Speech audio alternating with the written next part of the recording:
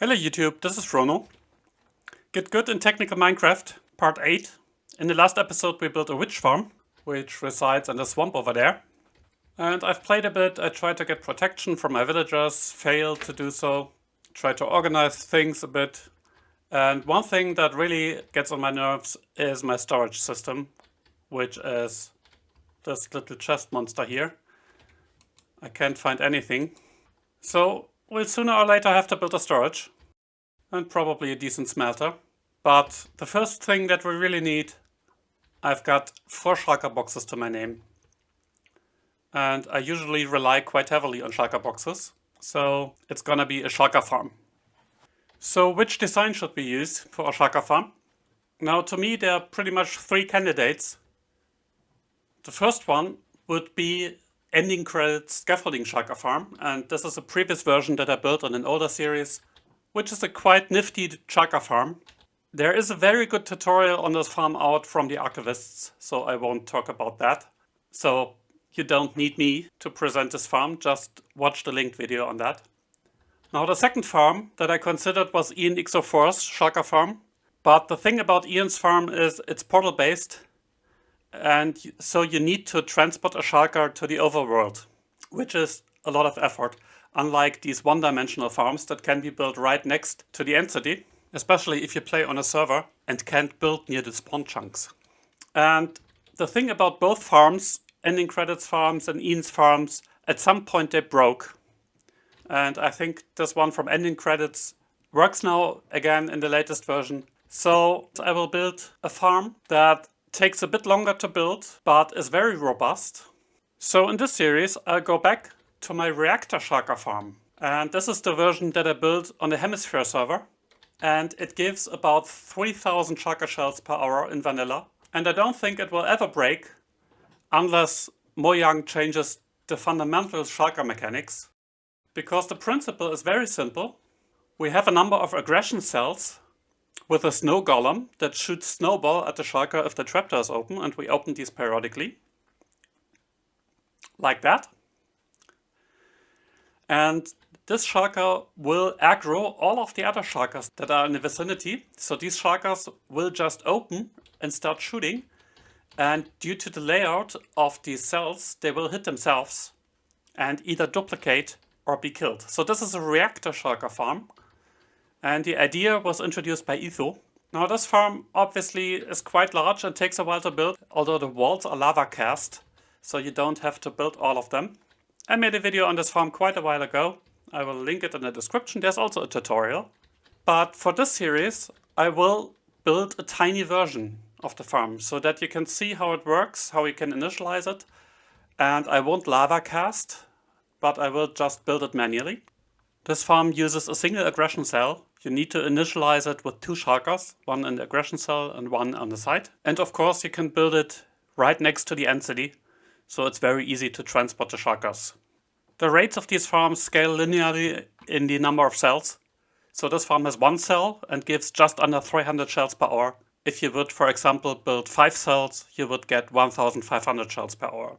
And you'll see that it's actually very easy to build. The only complex thing is the transport of the shulker, but that's something that you have for every farm. And if you know the right trick, it's also not too difficult. Let's have a look at the resource list. You see a ton of cobblestone, over 5 shulkers. 700 hoppers. Well, we have a good iron farm, we have a good wood farm, so that's not a problem. Few slabs, a bit of scaffolding. Otherwise, this farm is very resource friendly. You hardly need anything to build it. And this farm has almost no redstone, except for an Etho clock and a shulker box loader. Because of course we want the shells to be loaded in shulker boxes. And I already started to prepare a bit. So what we'll need is splash potions of healing, because the 2 shulkers that we want to get in have to be undamaged. And potions of invisibility to move the shulkers. And what we'll also need is a few rails, quite a few more than that. And an activator rail and a couple of minecarts to move the shulkers in. And then I already started to collect a bit of cobble, although it's not nearly enough. I probably have to travel twice to the end, but that's okay. Alright, that took almost half an hour. Because I had to craft a lot of the hoppers, a lot of the redstone components. I had to go to the gold farm to get powered rails. I had to go to an ice biome to get snow. I had to find a desert biome to get cactus. I think it's time to start building. And we'll build the farm right in the end. And now we need to find any end city. Doesn't really matter how large it is. This one will do fine. So the detection range for shulkers is 20 blocks.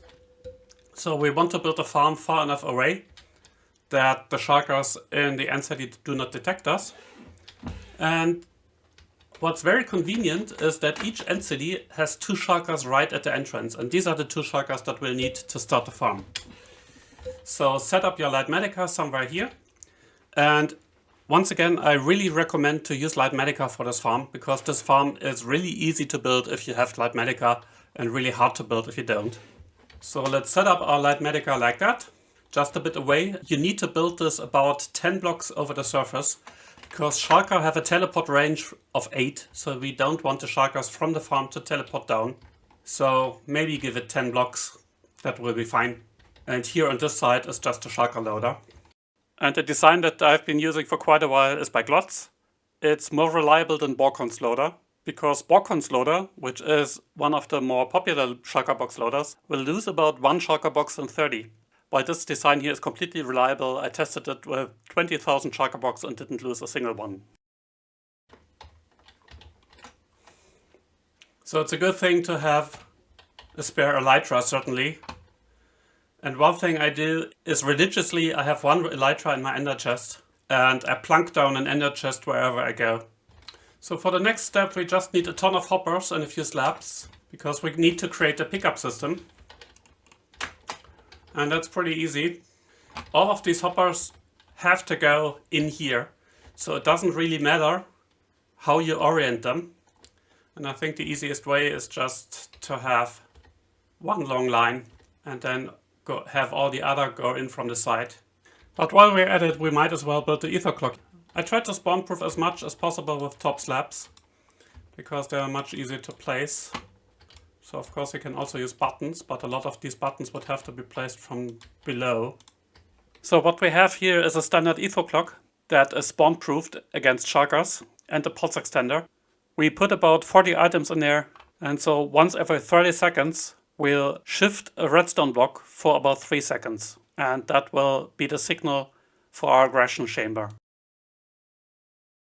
So maybe you want to plunk down a few torches so that you don't have all the endermen in the world coming down on you, which can be really annoying.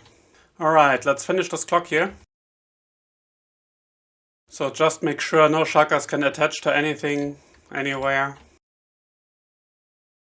And now you can also turn on the clock, and you should see that this redstone block is pushed to the side for a couple of seconds and then goes back. Just like that. But make sure the clock is off for the rest of the build. Okay, and now it's time to build a ton of hoppers. So just follow the layout. I'll build hopper everywhere. We could in theory save a quarter of the hoppers, because we don't need hoppers under the cobble. But you know, I find it easier to just have the full area covered with hoppers and worry later about where the cobble will be. After all, it's 700 hoppers, and if I'm here then nothing else is loaded. So we're talking about maybe 1 or 2 MSPT lag. This isn't an issue.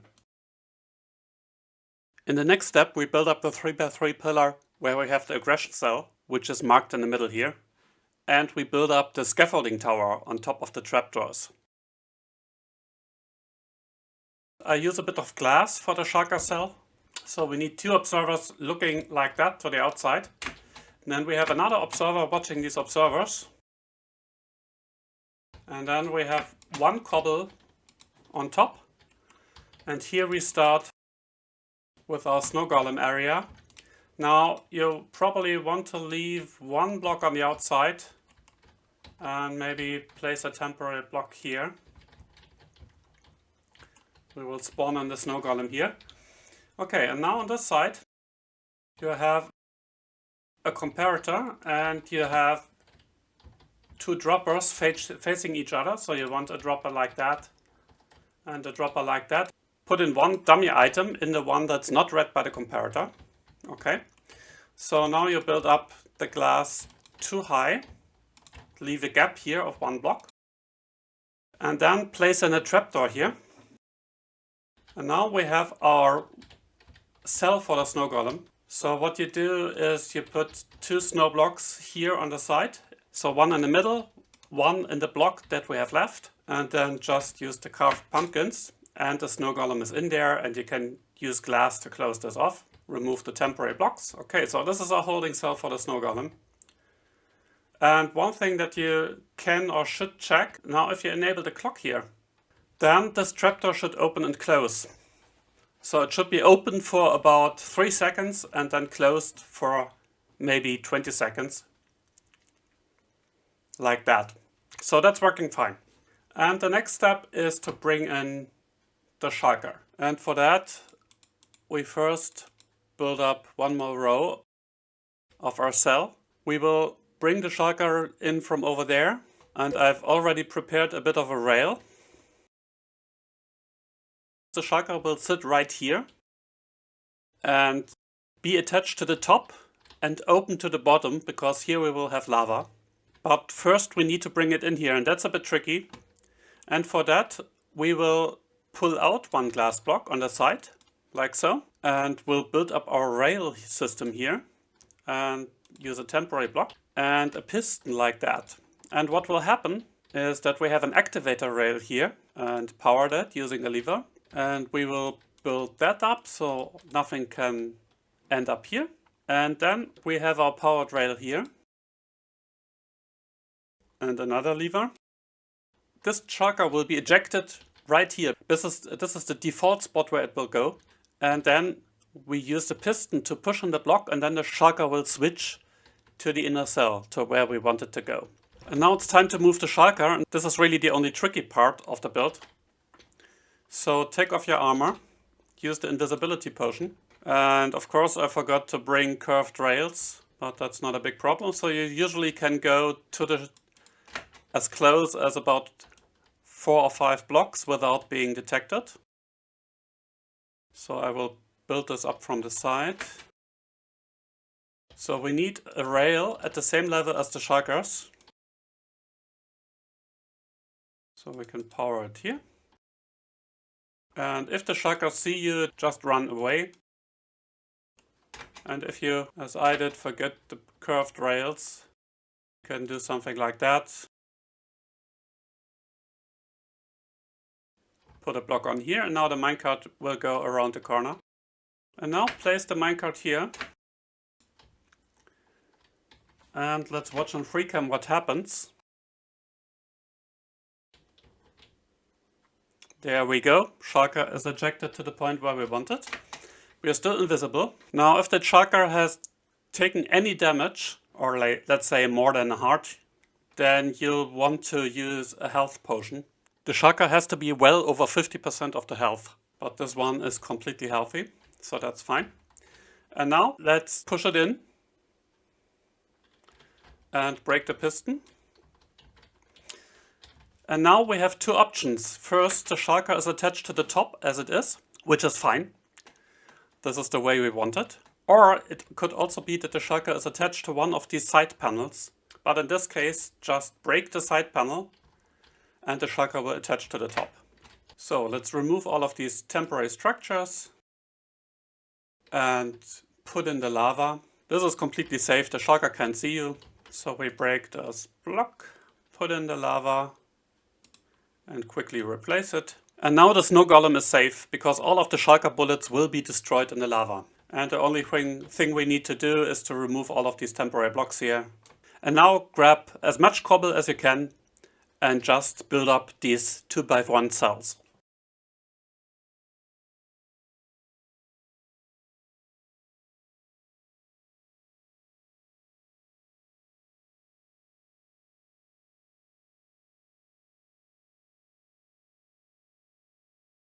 After you reach the top level, fill in the gaps with top slabs. They have to be slabs, and I use stone here so that you can see where they go. And then cover the roof with water. And the easiest way to do that is just to place ice 2 blocks apart as a cross, like so. Then break all the ice and the water wall on the outside should be perfect. Water makes sure that no shulkers can attach to the outside. Okay, so that's pretty much the farm. And we cover these hoppers with slabs. Again, no shulkers can attach there. Alright, and now we have to bring in another shulker. So first we can now activate the clock here. And what you should see if you use FreeCam in to look inside the aggression chamber, that periodically, the snow golem shoots at the shulker and the shulker starts to shoot back. That will aggro all of the shulkers in the vicinity. So we just need to bring in one more shulker. And for that, the easiest way is to use slabs. So we need, shulkers have a teleport range of 8 blocks. So we need 8 blocks where they can teleport. 2, 3, 4, 5. Okay, we need a few more. What I forgot to bring initially was cactus. So we place sand and cactus here. And we have to spawn proof the sides too. So you can just do it like that. And what happens now is that the minecart will be destroyed here once it hits the cactus. It will eject the shulker. The shulker will find a spot to teleport to. And all of these spots here, 8 blocks away, will be shulker proof. Right. So there's no place where the shulker can teleport. So it will have to go somewhere in the farm. And then it will be in the range of the aggro shulker. We use the second invisibility potion and pick up the second shulker here.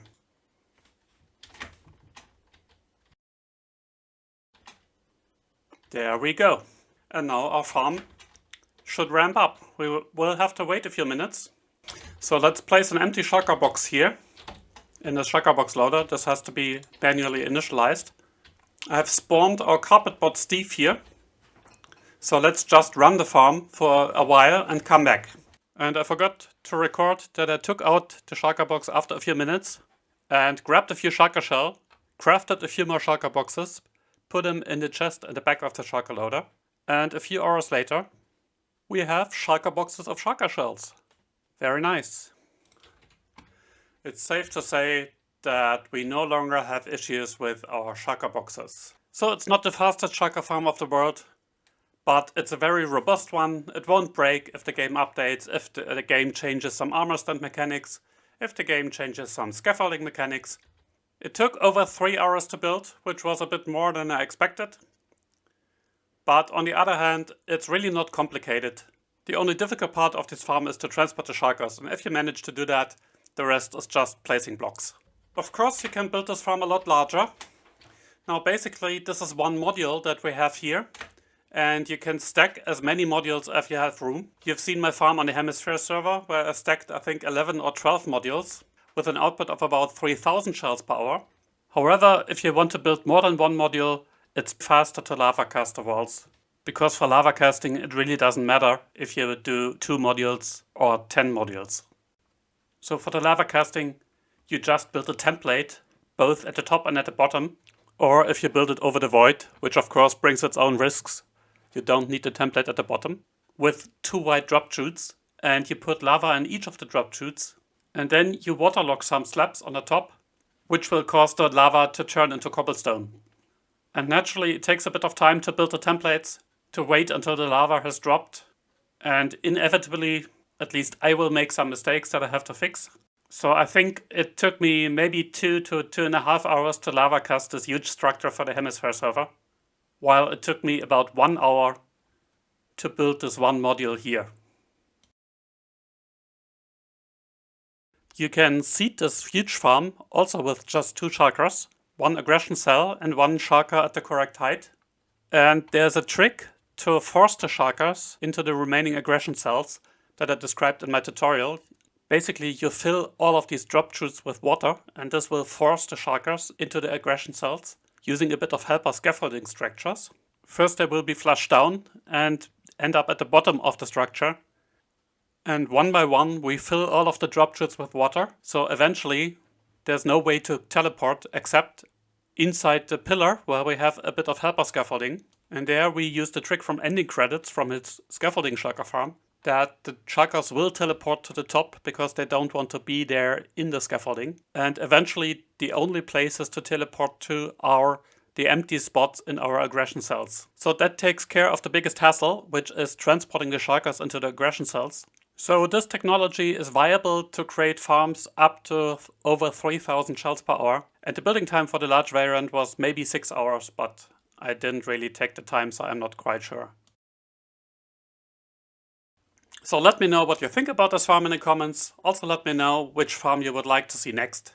But until the next episode, thanks for watching. Leave a like if you want to see more content like this. Please subscribe so that you don't miss any of my videos, and see you next time. Bye bye!